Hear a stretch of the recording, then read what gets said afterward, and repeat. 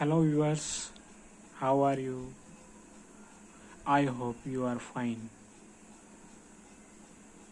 प्रिय दोस्तों, आज मैं ज्योग्राफी की नेक्स्ट क्लास लेकर आया हूँ, ठीक है, जिसमें पृथ्वी की आंतरिक परतों के बारे में हम जानेंगे।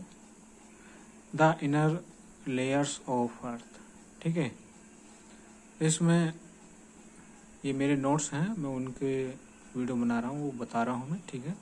बहुत अच्छे से लिखे हुए हैं और मैंने काफ़ी सारे एग्ज़ाम क्वालिफाई भी कर चुका हूँ मैं, जैसे UPSI, NTPC, ठीक है दोस्तों, और UPPCS के लिए भी निकाला हुआ मैंने। दोस्तों, ये मैं आपको बताना चाहता हूँ, ये है जैसे कि पृथ्वी की आंतरिक परतें, ठीक है। तो मेरे पीछे UPSC PCS लेवल के नोट्स हैं, लेकिन मैं अपने जो सिनॉप्सिस है उसके आधार पर वीडियो बना रहा हूँ। तो पृथ्वी की आंतरिक संरचना पर जो आधारित अध्ययन है, तो हम जो है उसे 4 प्रकार से करते हैं, ठीक है। एक है घनत्व पर आधारित, दूसरा है तापमान पर आधारित, तीसरा है दाब पर आधारित और चौथा है भूकंप शास्त्र पर आधारित, सिस्मोग्राफिक स्टडी, चौथा जो है। तो जो दोस्तों ये घनत्व पर आधारित है और तापमान पर आधारित है, दाब पर आधारित है, भूकंप शास्त्र पर आधारित है, तो ये कभी कभी पूछ लेता है, जैसे UPSI हो गया, या PCS लेवल में हो गया, या पेट लेवल में, कि जो पृथ्वी की आंतरिक संरचना को जो हमने जो अध्ययन किया है वो किन किन आधारों पर किया है, ठीक है। अब जो है डीपली पूछेगा तो ये चारों में से कोई सा एक भी दे सकता है या सभी भी दे सकता है, जैसे कि फिर वो ऑप्शन होगा उसी के आधार पर ये सभी, ठीक है दोस्तों। और सबसे अच्छा जो वर्णन किया है वो घनत्व शास्त्र, भूकंप शास्त्र पर जो आधारित अध्ययन है उसने बताया हमें, ठीक है दोस्तों। और इसके आधार पर, इन अध्ययनों के आधार पर हमें पृथ्वी की आंतरिक परतों और भागों का वर्गीकरण कर सके हैं, जो 3 प्लेट ये दी हुई है जैसे, ठीक है। पहली जो सबसे ऊपर होती है सियाल, ठीक है। अब सियाल इसका वैसे ही नाम रखा गया है, जैसे सियाल में क्या होता है, SI से सिलिकॉन और AL से एल्यूमिनियम, ठीक है। फिर है सीमा, सीमा का मतलब होता है SI से सिलिकॉन, Me से मैग्नीशियम, ठीक है, मैग्नीशियम। और निफे, निफे से मतलब Ni निकेल और Fe आयरन, लोहा, ठीक है दोस्तों। तो ये सियाल, सीमा, निफे। सबसे ऊपरी परत कौन सी है, सियाल, फिर सीमा, फिर नीफे। सेंटर में कौन सी है, केंद्र में नीफे है, ठीक है दोस्तों।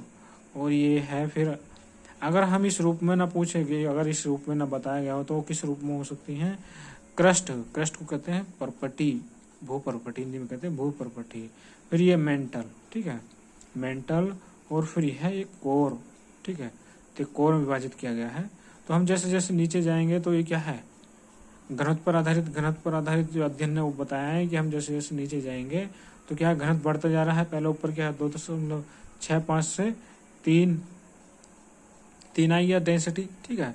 फिर मेंटल में देखा 3.9 से 5.5 तक आ गया डेंसिटी, ऐसी कोर में जाके बढ़ जाता है, ठीक है दोस्तों। और ये एक पॉइंट है नीचे मेंटल, मेंटल को जो कहते हैं ओलिपिन, ओलिविन, ओलिविन चट्टान भी कहते हैं, ओलिविन, ठीक है। ये आगे हम बताएंगे अगली नेक्स्ट वीडियो में ओलिविन चट्टान कौन सी, ठीक है दोस्तों।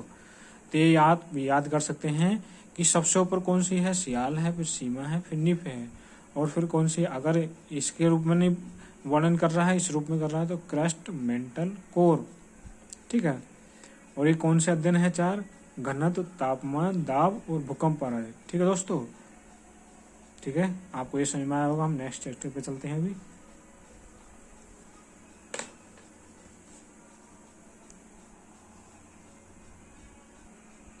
दोस्तों, अब ये है, देखो हम लेकर, अब ये है कि अगर उस रूप में सियाल, सीमा, निफे के रूप में ना हो, या क्रस्ट, मेंटल और कोर के रूप में ना हो, तो किस रूप में हो सकता है, स्थल मंडल, दुर्बल मंडल, मध्य मंडल और केंद्र मंडल के रूप में भी ये बटे हो सकते हैं, ठीक है दोस्तों।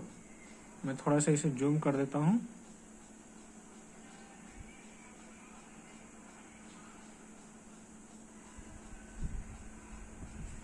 हल्का हुआ है, ठीक है दोस्तों, ओके, अब ठीक है। तो ये क्या है, ये जो है, ये स्थल मंडल जो है, ये लिथोस्फीयर कहते हैं, इंग्लिश में क्या कहते हैं, लिथोस्फीयर। और स्थल मंडल में क्या आता है, क्रस्ट जो ऊपरी परत है, भूपर्वटी है, उसमें क्रस्ट है, और प्लस ऊपरी मेंटल का ऊपरी भाग आता है। जो मेंटल होता है ना, पीछे हमने मेंटल पढ़ा है, तो उस ऊपरी मेंटल का ऊपरी भाग है। ठीक है, ओके दोस्तों। और दुर्बल मंडल को कहते हैं, हम कहते हैं एस्थेनोस्फेयर भी कहते हैं। ये इंग्लिश में पूछे जा रहे हैं अब। ठीक है दोस्तों, ASTHENOSPHERE, एस्थेनोस्फेयर, दुर्बल मंडल। फिर है, और इसमें दुर्बल मंडल में क्या आता है, ऊपरी मेंटल का निचला भाग। ठीक है दोस्तों, दुर्बल मंडल क्यों कहा गया है, तो इसमें जो है ये मतलब तरलीय रूप में है। ठीक है, द्रव रूप में है, दुर्बल है। ठीक है, तो ऊपरी मेंटल का निचला भाग। ठीक है दोस्तों, और इसे हम दुर्बल मंडल क्या कहते हैं, निम्न वेग प्रदेश में कहते हैं। क्या कहते हैं, निम्न वेग प्रदेश। ठीक है दोस्तों, अब आते हैं हम मध्य मंडल। मध्य मंडल को मीसोस्फीयर भी कहते हैं, मीसोस्फीयर। ये क्या होता है, मेंटल का निचला भाग होता है। क्या होता है, मेंटल का निचला भाग, मतलब कि ये है ना, ऊपरी मेंटल के निचले भाग के बाद जो शुरू होता है वो मेंटल का निचला भाग। ठीक है, फिर आता है केंद्र मंडल।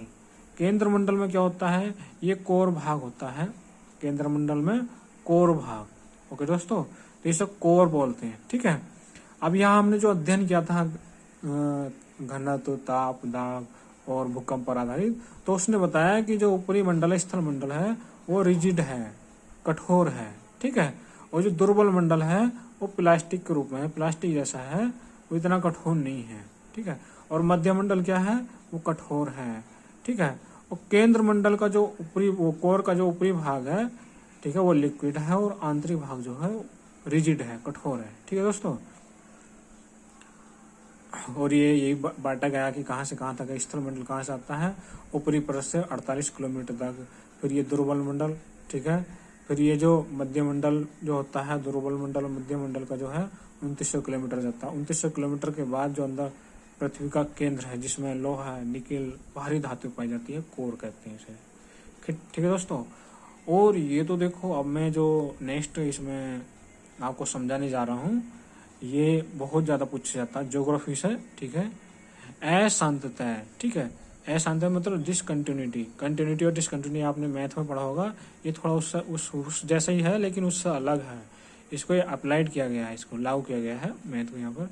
तो अशांतता, डिसकंटिन्यूटी। ठीक है, तो ये जो है, जो डिसकंटिन्यूटी, अशांतता जो होती है, वो दो क्षेत्रों के बीच में लगती है। ठीक है, इसका मतलब है एक संक्रमण क्षेत्र होता है, तो इस क्षेत्र में, ठीक है, ना तो इस क्षेत्र की बी वाले की पूरी मतलब की सत्ता होती है। ठीक है, अगर बी वाले की सत्ता होती तो ये बी के ही इस वाले में जो शेड हो रहा है लाइन वाला, इसमें बी ही पाया जाना चाहिए था, लेकिन इसमें ए भी पाया जा रहा है। तो यहाँ पर असत्ता होगी, बी भी नहीं है, बी तो है लेकिन और भी है। इधर से देखा जाए तो इसमें ए तो है और बी भी है। ठीक है, तो इसलिए अशांतता है, डिसकंटिन्यूटी हो जाती है। ये संक्रमण क्षेत्र है ए और बी का। ठीक है, तो ऐसे ही यहाँ पर इसके आधार पे, संक्रमण क्षेत्र के आधार पे डिसकंटिन्यूटी बताई है। Conrad discontinuity, Moho discontinuity, repetitive discontinuity, Gutenberg discontinuity, Lehmann discontinuity. Hindi में कोनोरेट अशांतता, मोहो अशांतता और रिपीटिव अशांतता, गुटेनबर्ग अशांतता और लेहमन अशांतता। ठीक है दोस्तों, तो ये मैं समझाने जा रहा हूँ। तो कोनोरेट डिसकंटिन्यूटी किस बीच में आती है, जो हमारा क्रस्ट है ना, उसका ऊपरी भाग जो है, क्रस्ट को दो भागों में बांटती है, अपर क्रस्ट और लोअर क्रस्ट। अपर क्रस्ट जो है ये बटी हुई है, हमने बताया है, और ये लोअर क्रस्ट है।